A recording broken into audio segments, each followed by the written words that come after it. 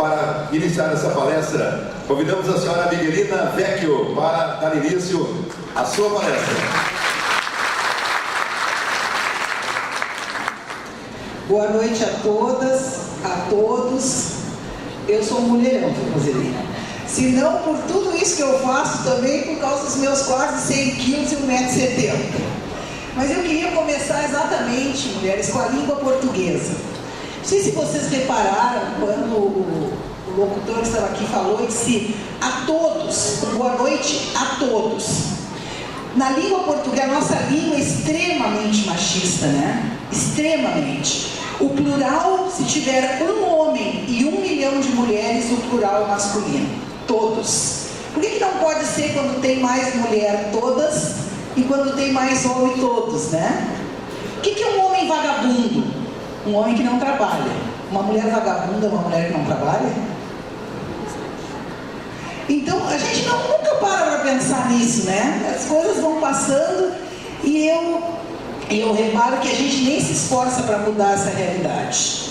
Eu estava dizendo ainda há pouco para uma das minhas eleitoras aqui, que hoje, Roseli, eu deveria estar em Nova York, porque amanhã abre a 59ª Conferência da Mulher da ONU para Assuntos Jurídicos e Sociais, e eu sou convidada, já que sou vice-presidente da Internacional Socialista. Só que tendo em vista que essa cidade tinha uma vereadora que me apoiava para deputada federal, que é a Roseli, Nova York ficou pequena do tamanho de Triunfo, Roseli, para mim, entendeu?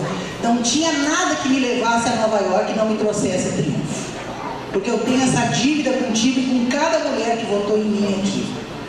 Porque eu acho que a gente tem que começar a analisar que mudança da sociedade nós queremos, quando a gente prega o assunto de mulher e exercita a nossa forma de fazer política vinculada aos homens. Eu não vim aqui para fazer discurso contra os homens, até porque eu acho o discurso burro, né? E eu me acho bastante inteligente. Aliás, eu não tenho nenhum problema de autoestima, como vocês já viram, né?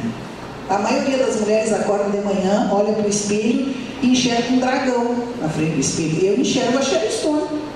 Se vocês não enxergam, o problema é de vocês. Eu me acordo de manhã toda amassada, me olho no espelho e penso, mas que mulher preciosa, inteligente, culta, quase erudita.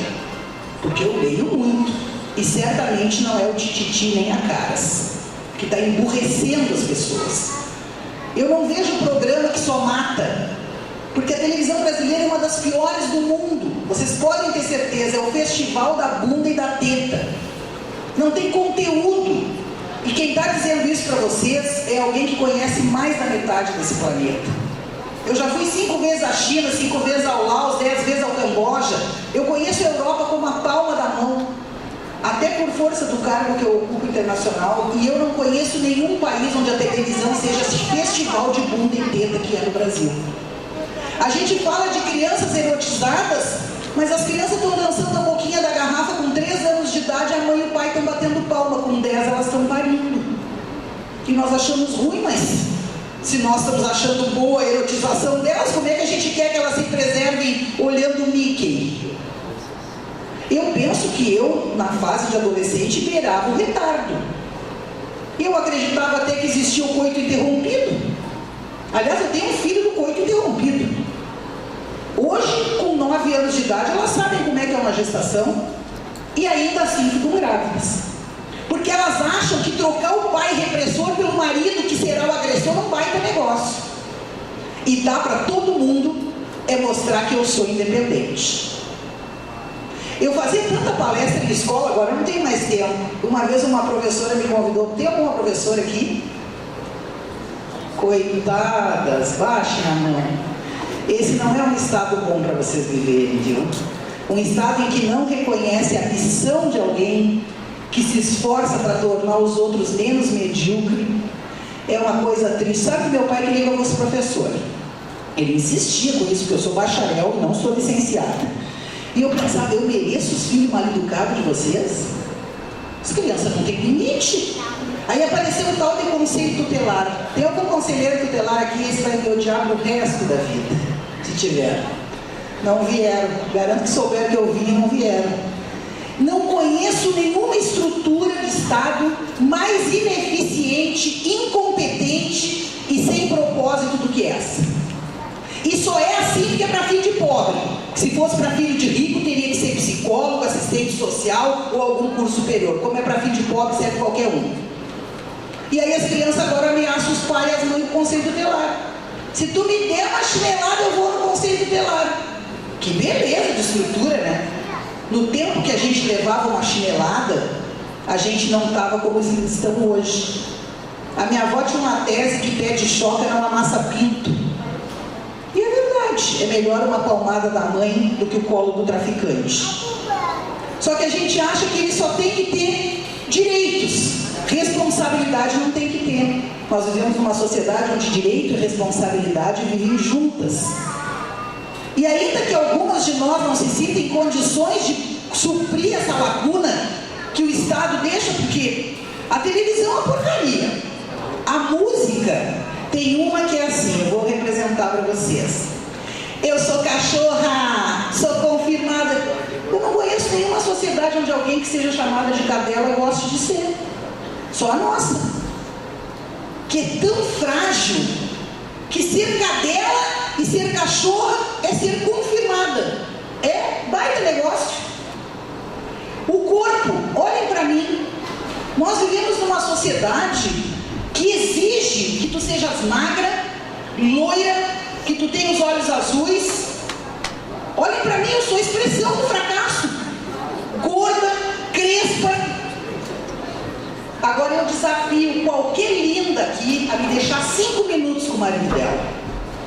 Em 5 minutos ela se separa dele, sabe por quê? Porque o que tem aqui dentro é difícil de acumular. E só quem gosta de mulher burra é o homem burro. E como eu digo sempre para quando alguém ataca a gente que é gorda, de querida, gordura tem solução, né? Burrice que não tem. Gordura a gente dá um jeito, né? Corre, faz um exercício. Mas vocês sabem por que deixou de serem bonitas as gordas da Renascença e passaram, o padrão de beleza passou a ser magro? Alguém aqui sabe? Tu não vale, Coselina, que tu eu sei que sabe, porque nós falamos muito sobre isso. Depois da Segunda Guerra Mundial, a Europa emagreceu de fome. Você sabe que quem não come fica magro, né? Não comeu, emagreceu. Como não tinha jeito de resolver o problema do ponto de vista financeiro, econômico, resolveram do ponto de vista estético e ideológico. Agora está todo mundo magro, bonito é ser magro.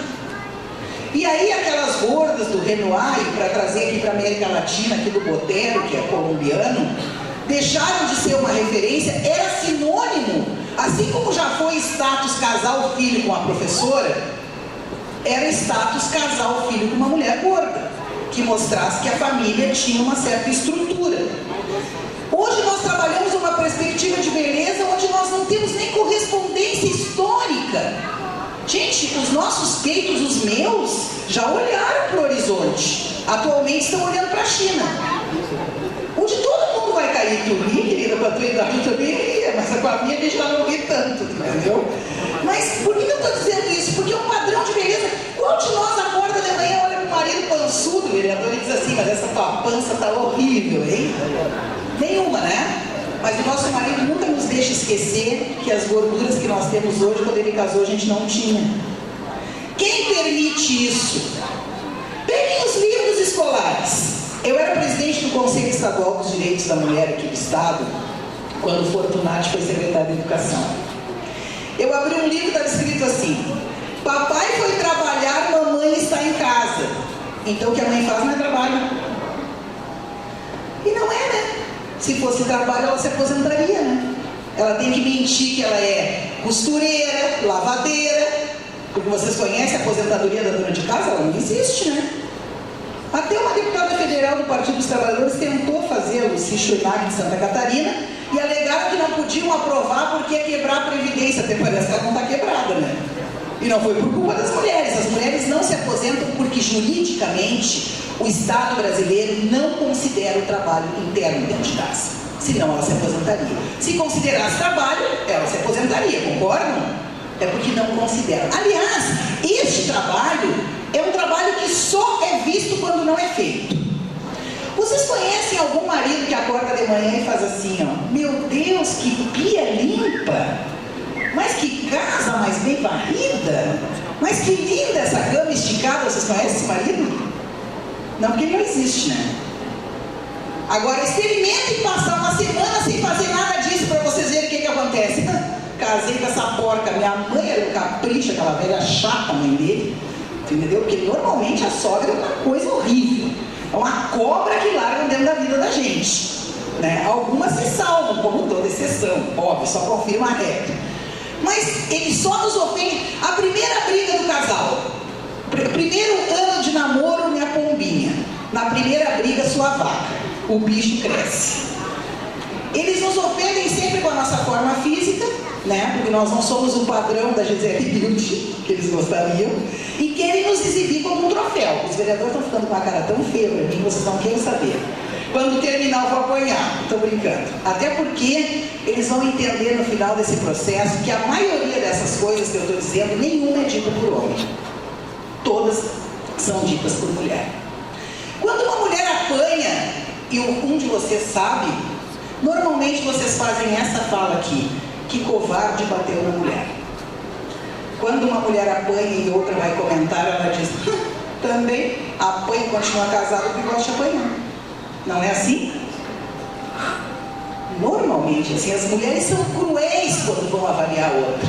O nosso marido nos trai. Nos traiu. Nós ficamos com raiva de quem? Da amante ou do marido? Não sejam mentirosas, né? Vamos dizer, eu fico com raiva do marido. Mentira! Aquela vagabunda. Se ela não desce em cima dele, ele não tinha ido. Ele foi violentado quase. Entendeu? Nós, em vez de ficar com raiva dele, que é um cafajeste, que fez um contrato social conosco e não cumpriu, nós ficamos com raiva da vagabunda, que sinceramente deve ter agarrado ele a unha no meio da rua. Isso é o quê? Despreparo.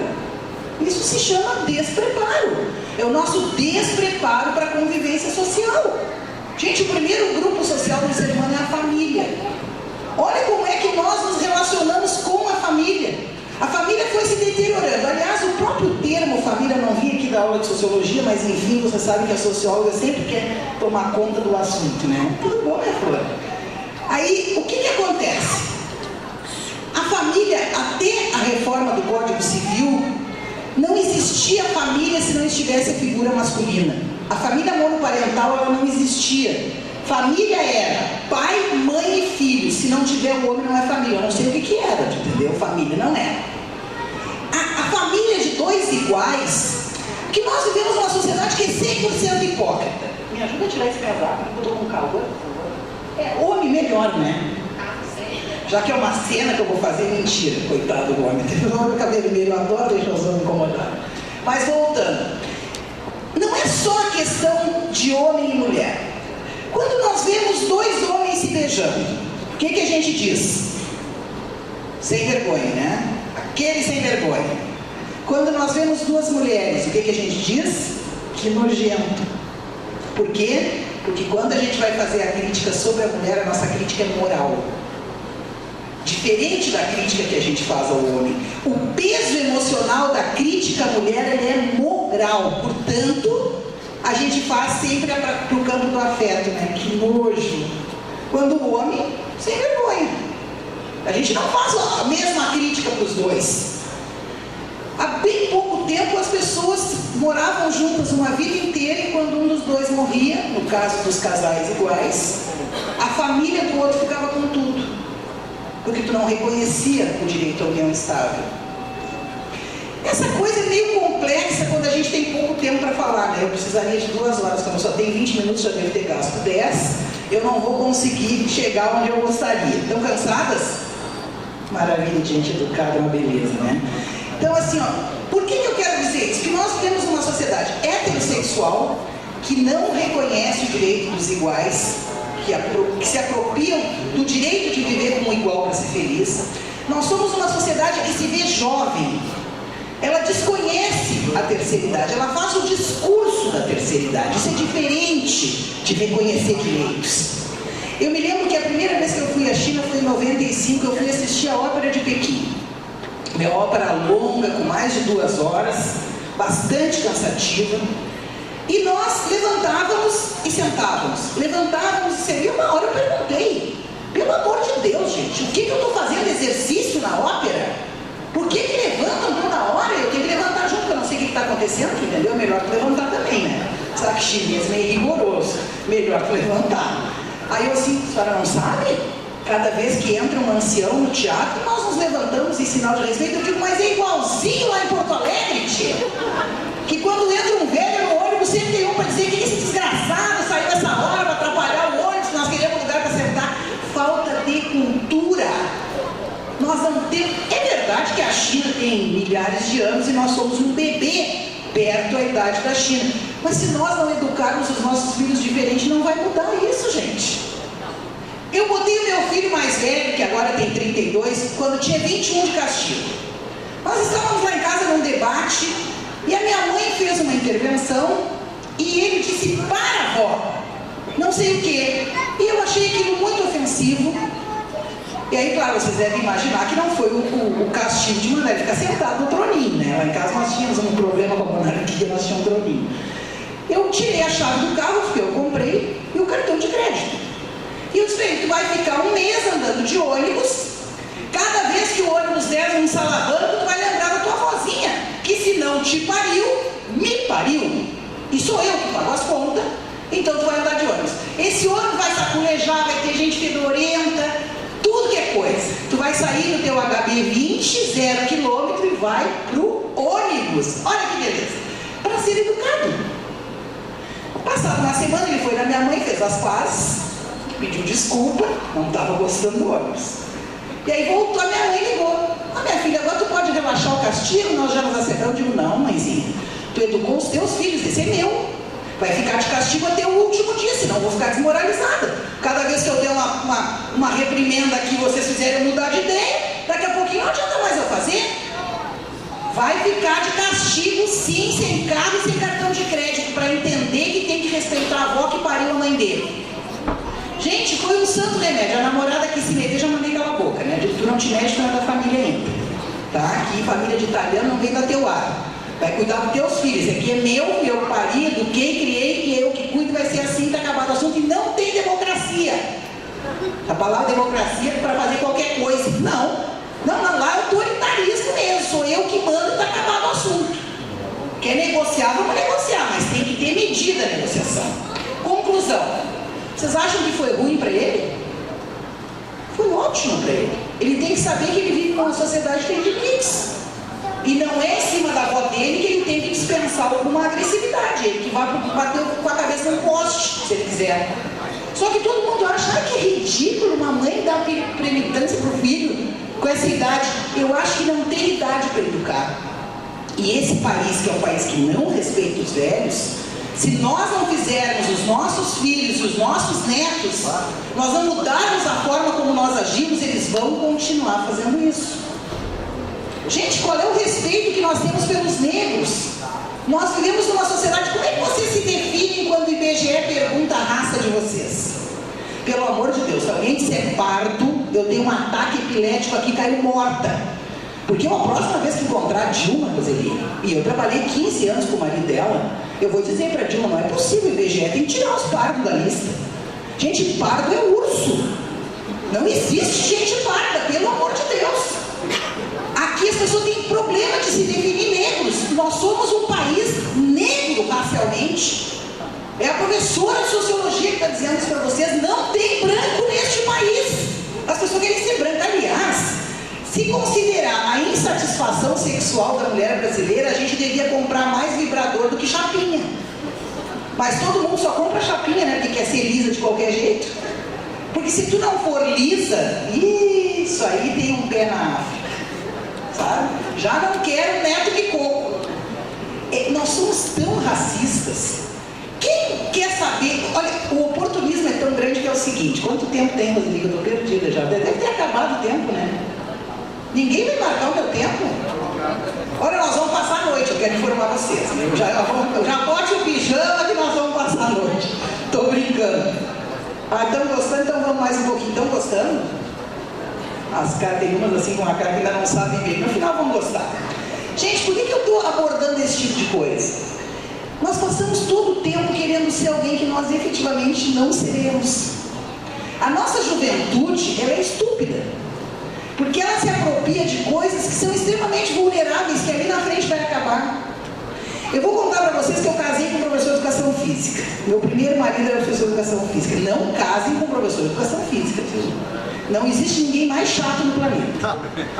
Tem algum professor de educação física aqui? Muito obrigado. Não, eu vou te dizer com conhecimento de causa, Juliana. O infeliz do homem abriu os olhos de manhã e olhava para mim: tu não vai malhar? Ah, me separei, né? Era muito cansativo esse negócio. O homem só queria que eu fizesse exercício. Eu não disse pro homem que eu ia ser Miss. Eu sempre digo para meus maridos: vocês casaram comigo do pescoço para cima. É o que tem de valor aqui, o resto a gente vai ajeitando. Eu já fiz plástico em tudo quanto foi lugar. Abdominoplastia no meio da coxa, por tudo. Diminuí o capô do Fuca. Fiz tudo que era possível. Tendo dinheiro a gente faz, né, gente? Agora, eu sou infeliz se eu não puder fazer, porque essa é a diferença. Eu sou infeliz se eu tiver que ser gorda. Nunca tive problema. O órgão sexual das gordas é um interruptor de luz. Ela entra no quarto e apaga a luz. Parece que o homem não tem mão. Sim, ele pode até não ver, mas toca nas banhas, né? Aí a mulher se estica, porque ela não quer que ele toque nas banhas. Agora nós tocamos nas banhas dele e não acontece nada. Qual é o problema? Pior é o troço enorme. É pior. Eu faço muita palestra sobre sexualidade. Aliás, eu estudo isso internacionalmente há 30 anos quase, 27 agora esse ano. E eu fui contratada por um sindicato muito poderoso do Brasil, Sindicatos Metalúrgicos de São Paulo, que bota poder no chão, me contratou para dar uma palestra sobre sexualidade. E eu fui. Mas eu fiz 80% da palestra, vereador, sobre tudo. E 20% sobre sexualidade, porque eu achava que eu não tinha ido lá para dar aula de educação sexual. No ano seguinte, o sindicato me ligou: nós gostaríamos de outra palestra. Ah, tudo bem, botei um preço, né? Que aqui, como eu já disse para vocês, é 0,800 por causa da Roseli, mas eu cobro para dar palestra. Aí dei o preço, não tem problema, nós pagamos o que pediu, só que nós queremos agora 80% sobre sexo e 20% se quiser. Se não quiser, também não precisa. Ou seja, o resto não interessa. Porque eu acompanhava uma pesquisa já de mais de 20 anos falando sobre a sexualidade da mulher brasileira. O quanto essa mulher era sexuada. Gente, o resultado da pesquisa é triste, é de sentar na pedrinha e chorar. 70% da mulher brasileira não tem certeza se o que teve foi um orgasmo. Começa por aí. Aí eu estava com uma outra colega socióloga, que também analisa pesquisa, bacharel, e ela disse assim: por que tu acha que elas não são satisfeitas? Eu digo: não precisa nem virar a página. Eu te digo a palavra de por que elas não são satisfeitas. Qual é a palavra? Preliminares. Os homens estão sempre correndo, de noite, eles vão dormir de noite, depois eu não sei por que eles correm tanto. Porque se eles não vão sair para lugar nenhum, se eles vão virar para o lado e roncar feito uns porcos, podiam ser mais lentos, né? Eu não sei qual é a necessidade de passar por cima da gente correndo se eles vão dormir. Se eles tivessem algum compromisso, ele entenderia. Mas tendo em vista que eles vão dormir, eu não sei porque é rapidez. Parece uns galos. E as mulheres não se satisfazem. E aí, ainda por cima, vocês estão rindo? Eu estudo isso. E não é problema de tamanho, viu? Eu vou avisar vocês, porque assim, coitados, passaram a vida inteira se manipulando e não adiantou nada. Porque o problema não é de comprimento, é de largura, né? Então, assim, nós só temos 7 centímetros de peixes nervosos na vagina. Se o homem tiver um pênis de 8 centímetros, está ótimo. Porque de 20 só serve para ele ter um infarto. Entendeu? Por isso que os velhinhos morrem lá pulando.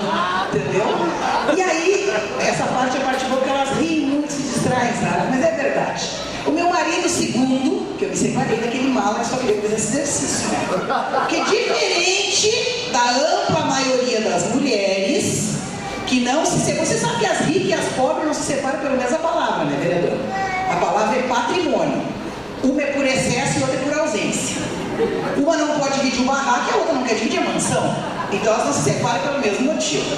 Mas eu, como sempre, ganhei 5 vezes o salário dos meus maridos, dos meus 2, né? Me parece eu falando que uma lista de Chico, só 2. O segundo é farmacêutico. É uma beleza de carreira pra gente casar, sabe? Eles não incomodam, só fazem remédio o tempo todo. É espirulina, é neovalgina, casou com a Miguelina, combinou tudo, o final é ina, tá tudo certo, entendeu? Não incomoda. E eu já fui dizendo, se tu pensa que eu vou ser uma Miss, já pega a fichinha e cai na estrada. Entendeu? Que eu não vou ser Miss e não estou nem um pouquinho preocupado com o teu tamanho. Mas neste marido, professor de educação física, que eu estava contando para vocês, vou eu à academia, que tal? Pegar uma grana. Quando eu estou saindo, gurias, saindo da academia, já com o pé para fora da academia, eu escuto assim, ó, como é que o mestre Farol, porque esse meu primeiro marido é o presidente da Federação Gaúcha de Capoeira, como é que o mestre Farol pode ser casado com esse dragão? O dragão sou eu. Aí eu fiz, ai meu Deus, estava com tanta pressa, mas vou ter que voltar, né? Voltei, levantei o vereador um pouquinho, virei de costas, fiz assim, querida, tá falando comigo? Ela, não, digo, tá falando comigo, pode sentar, muito obrigada. Tá falando comigo, vou responder como é que ele casou com o dragão. Vou te explicar. Eis que um dia, ele que já não era tão inteligente, me encontrou, porque sou muito inteligente. E aí ficou embevecido com quanto eu sabia sobre arte pré-colombiana, sobre a Revolução de 17, sobre a Tríplice Aliança e sobre tantas outras coisas mais. E aí ele convivia contigo, com essa bundinha, que ainda está bem para cima, vai cair, viu? O peito também, está olhando para o horizonte, mas logo olhará para Chile, se Deus me ajudar, vai ser logo, entendeu? E aí ele pensa, eu vou ficar com o dragão inteligente, ou vou ficar com essa anta linda, que vai ficar feia também, porque a feiura é inerente, né? Não sei se é feiura, eu até não chamaria de feiura, mas acho que o desgaste é natural, né, dos metais. E aí burra, né? Então a anta, burra desse jeito.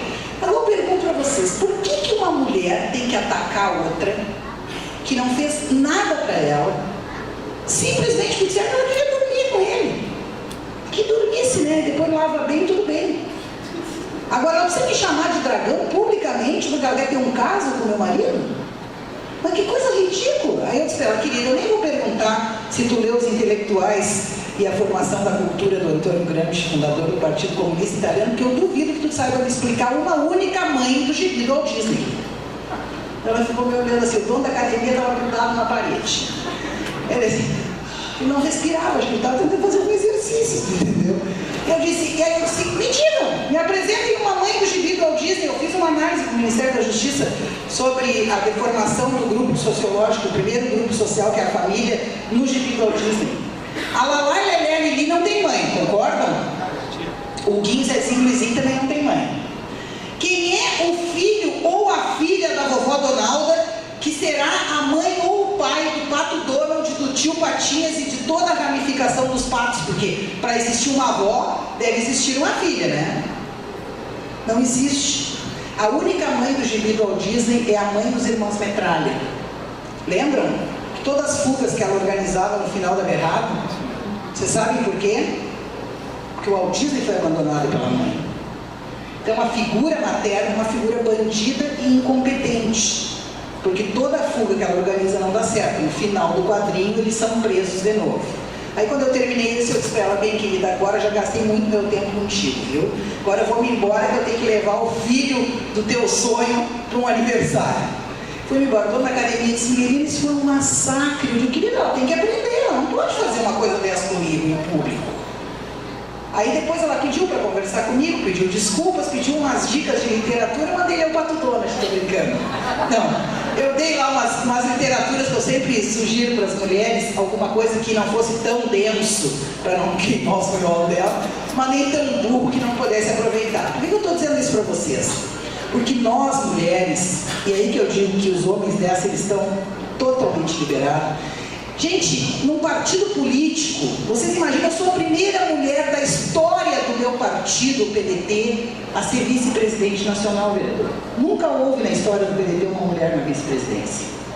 Sempre eram homens. Eu sou a primeira. Vocês têm noção do que é tu ser única numa executiva com 21 homens, onde quase todos são deputados federais ou senadores? E eu tenho que fazer enfrentamentos diários para lutar pelos direitos das mulheres do PDT. Porque isso é o que eu faço todos os dias.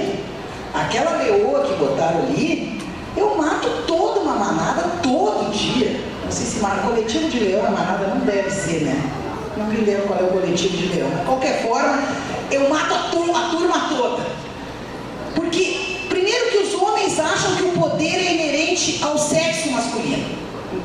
é homem, tem poder. As mulheres, ao mesmo tempo, não reconhecem o poder da mulher. Se elas reconhecessem, não teria, talvez, nenhum vereador homem nessa Câmara, vereador. Nós somos 52% do eleitorado.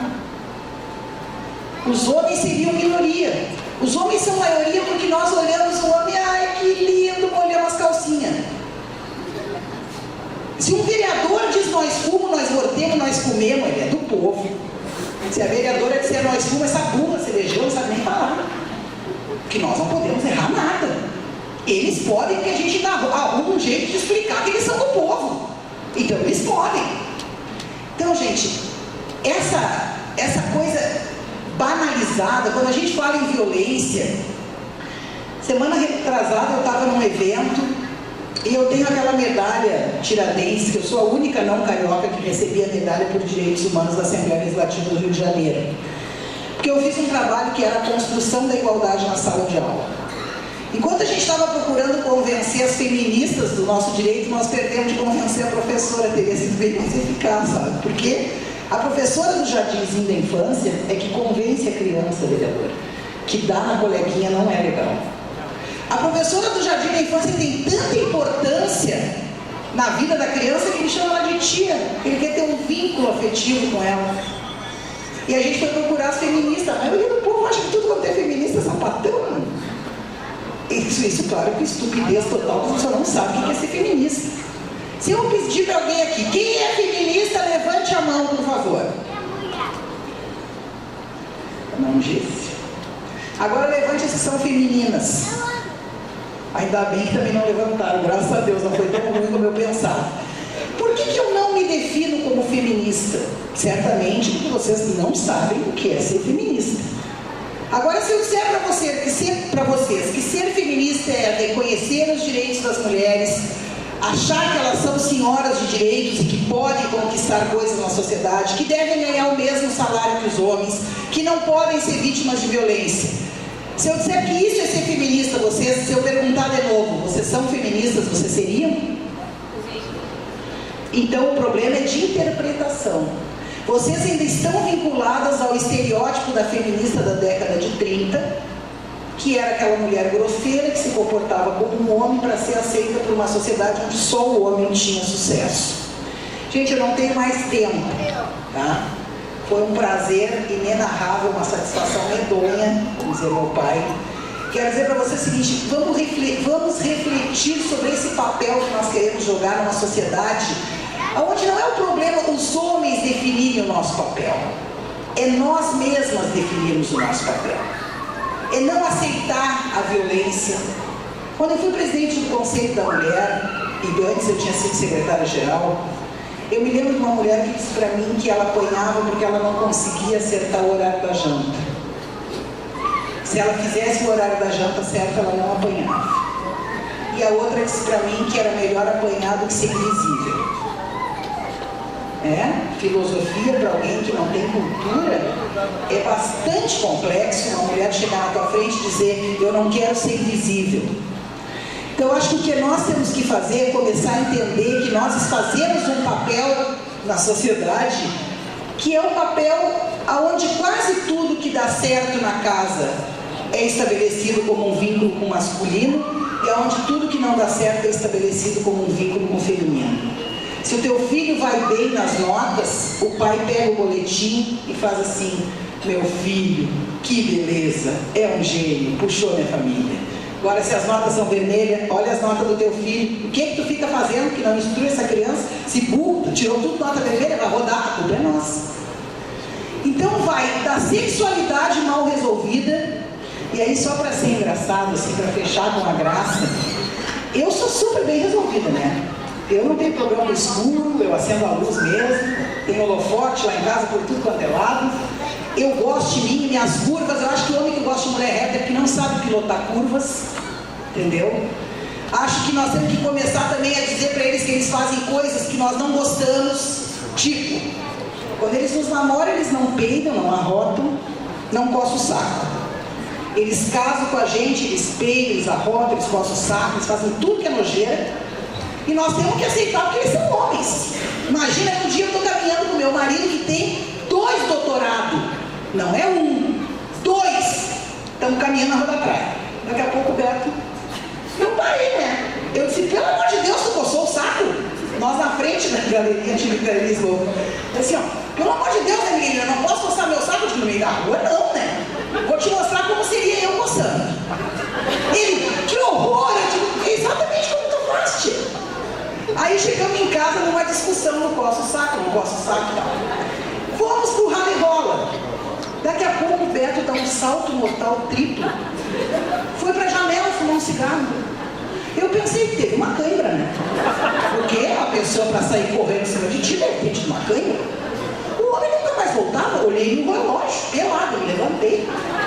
Digo, aconteceu algo. Eu fui lá na carteira dele. Peguei a carteira, tirei uma folha de cheque, preenchi R$1.000. Dei com a caneta para ele. Amor, ele, o que foi? Nós estamos devendo para alguém? Digo, nós não, tu. Mas eu comprei alguma coisa que não usou. Como assim? Eu estou entendendo que são 2 da manhã. Eu digo, querido, se tu me trata como puta, tu tem que pagar. Toda puta no final do programa recebe. Eu quero receber. Credo, mas que programa caro. Eu digo, claro, eu sou socióloga. Se eu fosse da quadra, era mais barato. Ou tu paga ou tu termina. Eu adoraria dizer para você que ele pagou. Mas ele voltou e terminou. E achou muito caro o meu programa. Eu quero dizer para vocês, se valorize, sabe? Aproveita a carinha bonita e bota coisa dentro da sua cabeça. Porque a cara bonita, algumas de nós vai ficar, tem velhas lindas. Se coisa de melhor idade, coisa cínica. Melhor idade é juventude. Terceira idade é uma merda. Dói tudo. A gente não se abaixa direito. Até o cocô é estranho. Melhor idade, não sei quem inventou essa palhaçada. Boa idade é juventude. Agora, a melhor idade é da consciência, do saber, de tudo que aprenderam, porque não tem ninguém que consiga vencer o tempo em que vocês aprenderam. Não tem. Para terminar de verdade, mas eu preciso contar essa aqui de Gravataí, presidente. Fui eu dar aula no Nenhum Adulto Analfabeto Polares, lá em 94, em Gravataí.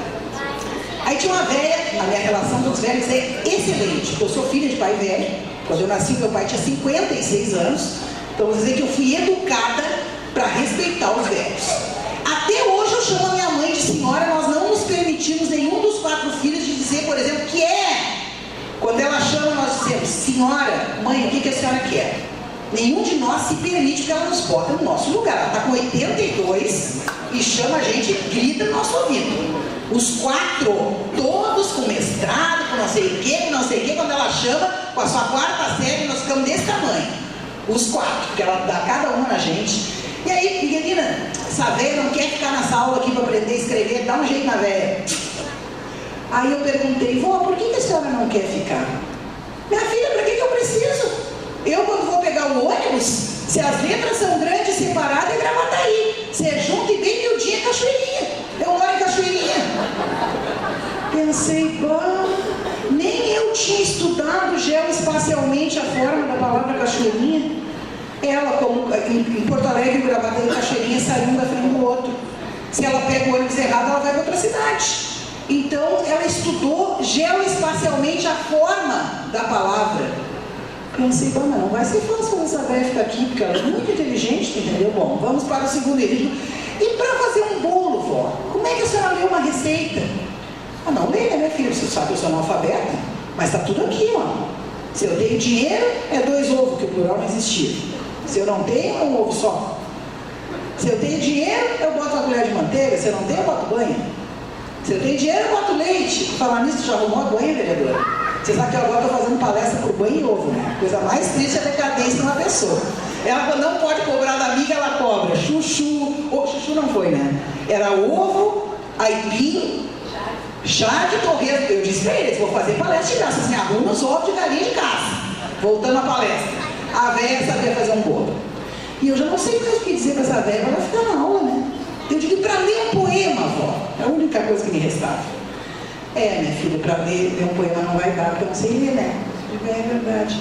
Então eu vou ler para a senhora, vou declamar para a senhora do grande Manuel Bandeira, vou-me embora para Pazarga, apesar de que o Manuel Bandeira é um pouco exibido. Aquela parte de tem a mulher que eu quero na cama, escolherei, podia ter nos economizado essa parte, né? No mínimo tinha ejaculação precoce. Todo ano começa a exibir, na cama tem problema de ereção. Se começa a gargantear muito, vocês podem ter certeza que tem problema ali. Mas tudo bem, era o grande Manuel Bandeira, né? Não era eu. E, enfim, quando eu terminei, ela disse assim, nem conheço esse seu Manuel aí, mas vou ficar nessa aula, né? Pode ser que venha outros que eu goste, e eu alfabetizei ela. Você sabe qual era a diferença entre eu e ela? Eu tive oportunidades, ela não teve. Quando a gente for rotular alguém, pense, se eu estivesse no lugar dela, sem as oportunidades, eu seria quem eu sou? Porque eu vejo isso pela minha mãe, Dona Carlinda. Com a 4ª série primária, ela faz cálculo mais rápido de cabeça do que eu faço na máquina. Ela escreve sem nenhum erro de português. Eu passei 12 anos na universidade, volta e meia eu me pergunto, mas isso é com C cedilha ou com 2 S? Seção, por exemplo, é um problema, né? Tem várias seções. Então, gente, vamos olhar para a outra com mais humanidade, generosidade. Vamos ver beleza na gordura, vamos ver beleza na velhice, vamos ver beleza onde a gente não vê porque nos botaram na cabeça que o belo tem que ser da forma que alguém viu que era. E dá para ser belo de outras formas. Nós temos sangue índio, por isso os peitos caem desse jeito. E depois a notícia é, aquelas exibidas, os delas vão cair também. Entendeu? E nós podemos aproveitar para valorizar o que realmente tem valor. Os maridos não têm só flores no 8 de março, né? Aliás, vocês compram flor tão vagabunda, podiam comprar uma orquídea chinesa, alguma coisa, compram uma rosa toda despentelhada e dão para infeliz, que está lá na gordura, suando, feito uma vaca. Não dá para pelo menos nesse dia vocês tomarem um Viagra e fazer alguma coisa que preste em casa, entendeu? Comemorem, até porque os homens têm 364 dias, nós temos só um, né? Então se valorizem, estudem, leiam, procurem saber o que os filhos de vocês leiam. Se vocês quiserem, eu deixo aqui com a Roseli uma lista de bibliografia sobre gênero, sobre mulher, que não é tão cansativo, que vocês vão gostar. Aproveitem o tempo para brincar com os filhos. Esse tempo vai passar e vocês não vão recuperar. Até hoje eu brinco com os meus dois, com a minha mestra, que é assistente social, a minha mais moça, e com o meu professor de educação física. Eu vou contar para vocês que o guri se formou em educação física? Não, e vocês não vão acreditar na última que eu fiz. Claro que ele já tinha nascido, isso foi uma coincidência. Ele nasceu no dia do profissional de educação física, 1º de setembro. Gente, muito obrigado pela atenção, pelo carinho. E Roseli, tu sabe, toda vez que tu precisar, eu deixo Nova York, a China ou Hong Kong para te atender, minha amiga. Muito obrigado, viu?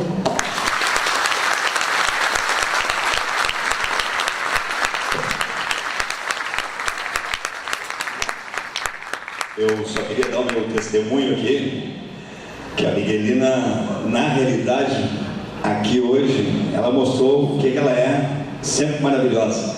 Mas lá em São Borja, na convenção do PDT, o que essa mulher disse para esses homens, você não pode imaginar. Olha, gente, eu já tinha visto e ouvido, mas a personalidade é forte, é uma pessoa forte dentro do partido, tem um carinho muito grande, especial por Triunfo, principalmente pelas meninas que a convidaram. Eu vou dizer para ti, Miguel, é um prazer imenso nós estarmos juntos, e vou dizer para ti, acho que Triunfo ganhou com a tua palestra, e acho que nós temos que trazer mais seguido. Por isso eu quero um aplauso mais forte para essa maravilhosa pessoa. Apesar de ser professor de educação física. Renato Freitas.